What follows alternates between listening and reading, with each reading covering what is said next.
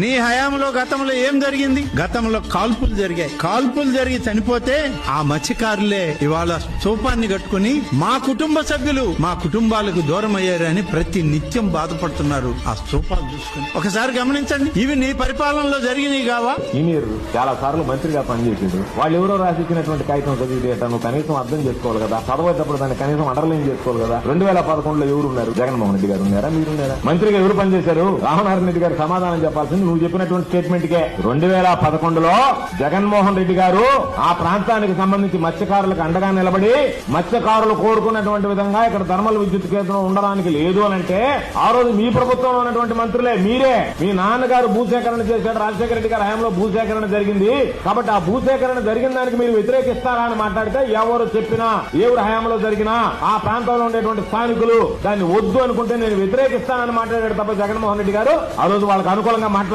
వాళ్ళకు అనుకూలంగా మాట్లాడింది ఆ రోజు అధికారంలో ఉన్నటువంటి మీరు మాట్లాడారు అనుకూలంగా. వాళ్ళకి ఒకసారి పాపం మీరు కూడా మీ చంద్రబాబు నాయుడు గారు లాగా మీకు మతిమరుపు వచ్చిందో ఒకసారి గుర్తు చేసుకోండి. 2011లో రాజశేఖర రెడ్డి గారు లేరు, జగన్మోహన్ రెడ్డి గారు లేరు కాబట్టి 2011లో మంత్రిగా ఉన్నది మీరు. ఆ తర్వాత ఎవరైతే అక్కడ థర్మల్ విద్యుత్ కేంద్రాన్ని వ్యతిరేకించారో మత్స్యకారులు దాన్ని వ్యతిరేకించారో దాన్ని మీరు మంత్రిగా ఉన్నప్పుడే నెల్లూరు జిల్లాకి తీసుకురావడం జరిగింది. అక్కడ ఉన్నప్పుడు కాల్పులు జరిగినప్పుడు మంత్రులు మీరే. మీరు ఉన్నటువంటి మీరు ఆ రోజు మంత్రిగా ప్రాతినిధ్యం వహించినటువంటి నెల్లూరు జిల్లాలో ఎన్సీసీ అనే కంపెనీ వచ్చింది.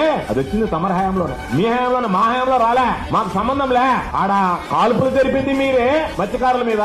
ఇక్కడ మత్స్యకారులకు దోహం చేస్తూ దాన్ని తీసుకొచ్చి ఇక్కడ పెట్టింది మీరు. రెండు జరిగింది 2011లోనే. ఎప్పుడో నెలకేస్టోళ్ళు దానికి సంబంధించి అనుమతులు కావాలని చెప్పి భూసేకరణ పూర్తి చేస్తే హడావిడిగా ఎన్సీసీ వాళ్ళు ఇక్కడికి వస్తే వాళ్ళకి మీరు రెడ్ కార్పెట్ బట్టి ఇక్కడ అనుమతులు ఇచ్చారు. అక్కడ మీ హయాంలో కాల్పులు జరిపారు. కాబట్టి మీరు మాట్లాడేటప్పుడు దాని పూర్వపరాలు తెలుసుకొని మాట్లాడితే బాగుంది తప్ప ఒక సీనియర్ గా సుదీర్ఘమైనటువంటి రాజకీయ చరిత్రలో ఉన్నటువంటి రామనారాయణ రెడ్డి గారు వాళ్ళు రాసిచ్చినటువంటి కాగితం చదవడం చాలా అసహ్యంగా ఉంది.